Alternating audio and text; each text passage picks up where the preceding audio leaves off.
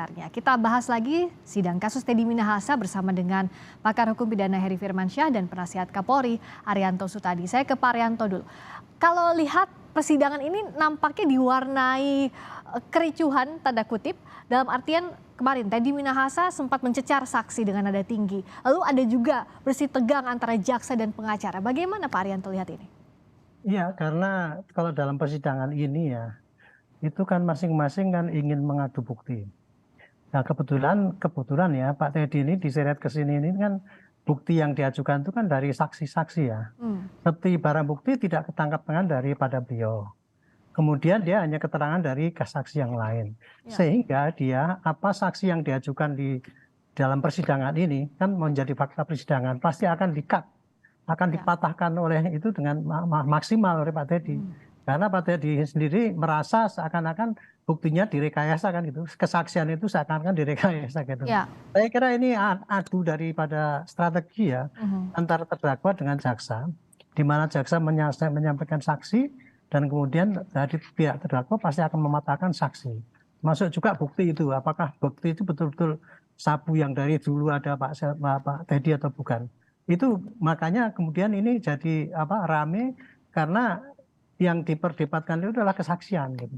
Beda kalau barang bukti atau CCTV yang nggak bisa dibantahkan itu mungkin ya tidak begitu paling bisa berdusta tapi tidak sampai ngotot-ngotot sekarang ini gitu. Itu kira-kira pandangan saya kayak gitu. Kalau Mas Heri lihatnya bersih tegang antara jaksa dan pengacara misalnya ini biasa atau ada batas toleransi tertentu? Ya, tentu ini satu hal yang sangat biasa kita jumpai di persidangan ya. Tapi mungkin untuk perkara-perkara yang saya rasa high profile juga ini biasanya terjadi. Tapi kalau untuk perkara pro bono itu mungkin jarang sekali terjadi perdebatan semacam ini ya Mbak ya. Karena posisi kan mereka memahami posisi mereka di pengadilan. Nah dalam konteks ini kan terdakwa juga pernah menjabat di posisi tinggi ya.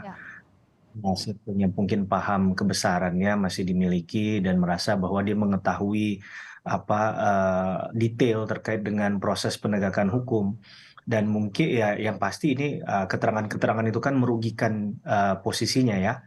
Jadi tentulah hal itu akan dibantah habis-habisan dan jalan yang memang diberikan untuk melakukan itu adalah di ruang persidangan. Karena kalau di luar dari ruang persidangan kan nggak ada nilai kekuatan pembuktian yang nanti akan dapat diambil dari situ. Jadi tentunya hal itu dilakukan dengan cara maksimal. Tapi sekali lagi ada hakim yang ada di tengah yang posisinya sebagai dalam tanda petik wasit ya, yang memperhatikan, yang kemudian bisa meniup peluit. Kalau ada masing-masing pihak yang dianggap terlalu berlebihan atau di luar dari konteks yang diharapkan dari upaya untuk menegakkan proses hukum ini untuk mencari kebenaran materialnya. Jadi berargumentasi itu boleh-boleh saja. Iya bukan masalah siapa yang lebih tinggi suaranya ya atau tindakan-tindakan yang mendiskreditkan orang lain. Tetaplah bahwa masing-masing itu menjalankan profesinya. Jaksa penuntut umum, mendakwa, menuntut juga melakukan tugas profesinya yang mulia dan begitu juga penasihat hukum juga menjalankan profesi yang mulia untuk membela kepentingan hukum seseorang sampai nanti dia dinyatakan bersalah di muka hukum lewat proses hukum yang benar begitu. Kalau dari pihak terdakwa, Pak Arianto menyebut ada rekayasa di kasus ini. Nah, bagaimana agar publik juga bisa terang melihat mana yang transparan, apakah betul ada rekayasa sampai akhirnya diseret ke meja hijau atau tidak? Pak Arianto melihatnya seperti apa?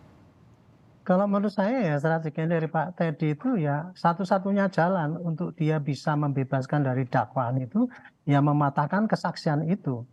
Jadi dia ingin menunjukkan kepada hakim ya, ini bukan pada publik, tapi pada hakim ini pas fakta persidangan dia, ini loh Pak Hakim, ini saksi ini nggak benar, misalkan contoh kesaksian tanggal 24, 26 itu kan gitu kan beda-beda itu dia mengungkap, nah di situ nanti hakim akan menilai yang benar ini Pak saksinya itu benar apa enggak gitu. Jadi kira-kira itu ya. Jadi satu-satunya jalan untuk mematahkan dakwaan jaksa itu ya mematahkan kesaksian ini karena alat bukti yang ditekankan kepada Pak Teddy ini adalah seperti itu kesaksian itu ya. Bahkan dia dari mula kan dia kan mengatakan bahwa dia merasa disetting gitu ya. Karena dia tidak merasa bersalah gitu ya. Dan kemudian juga dia sabu itu juga sabu orang lain kok kemudian diakukan saya gitu. Nah, seperti itulah gitu dan dia punya peluang untuk mematahkan itu.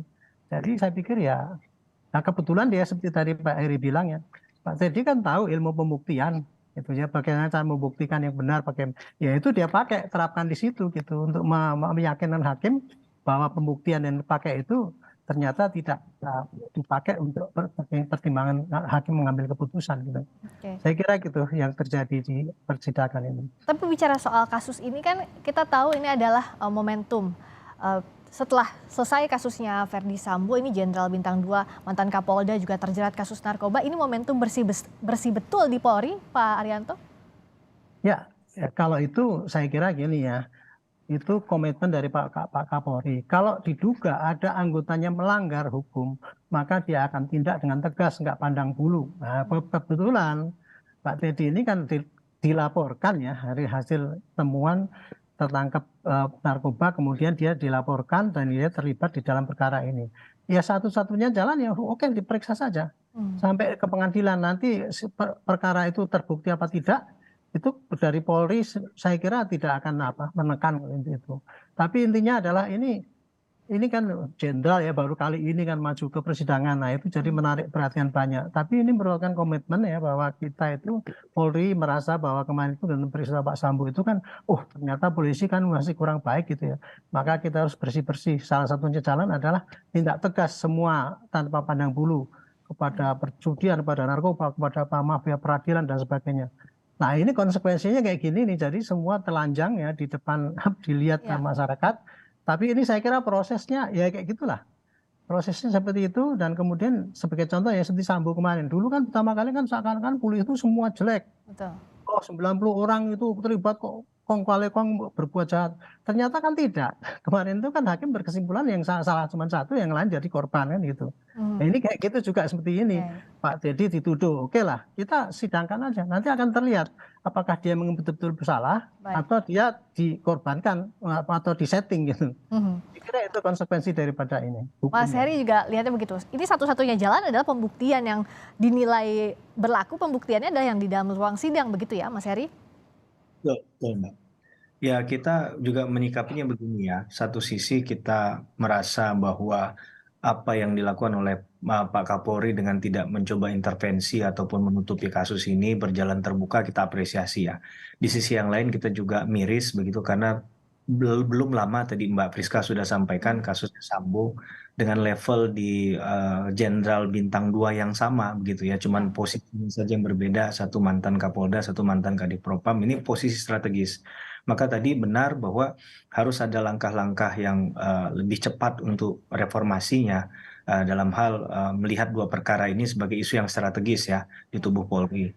Saya rasa itu kemudian tadi berkaitan dengan aliran dana itu juga penting untuk dibuka begitu kan. Apakah benar memang aliran dana itu masuk ke terdakwa atau ya, karena ini peredaran gelap narkotika ini kan kadang transaksinya juga nggak mungkin transaksi yang biasa ya, biasanya unusual gitu ya Mbak Priska. Memang dalam perkara-perkara yang high profile perlu pendekatan sekali lagi strategi pembuktian yang memang lebih lebih sophisticated lah, lebih modern gitu, dari pertanyaan dan juga ya kehadiran saksi dan ahli yang terutama saksi ya. Ini kan pasti tidak gampang untuk memberikan keterangan di muka sidang dengan pressure dari perkara yang membawa nama besar seseorang kan. Keterangan yang disampaikan harus dapat dipertanggungjawabkan secara moral dan juga secara hukum begitu ya. Apakah benar yang disampaikan? Kita ingat dulu di kasus Sambo juga di awal-awal ada yang mencoba untuk berbohong walaupun tidak sejauh ini tidak tidak dipastikan itu bohong atau tidak dan proses hukum ya. Tapi kita perlu mengingatkan bahwa ini bukan hanya untuk kasus Pak Teddy Minahasa. Saya menghindari bicara tentang orang per orang ya. Tapi kasus secara umum pidana ini kan bisa menestapakan, menderitakan orang ya. Maka ya ini harus benar hati-hati karena ini berkaitan dengan masa depan seseorang. Saya rasa itu Mbak Priska. Berhati-hati tapi harus sampai tuntas juga, termasuk soal aliran dana juga harus ditelusuri agar kasus ini bisa membuka kotak Pandora. Kita tidak tahu ada apa di belakang ini, tapi yang jelas hukum jangan sampai tumpul ke atas, tajam ke bawah. Di kasus inilah jadi salah satu pembuktian lainnya. Terima kasih Mas Heri, terima kasih Pak Arianto, Heri Firmansyah, pakar hukum pidana. Terima kasih Pak Arianto Sutadi, penasihat Kapolri telah bergabung di Sapa Indonesia Malam.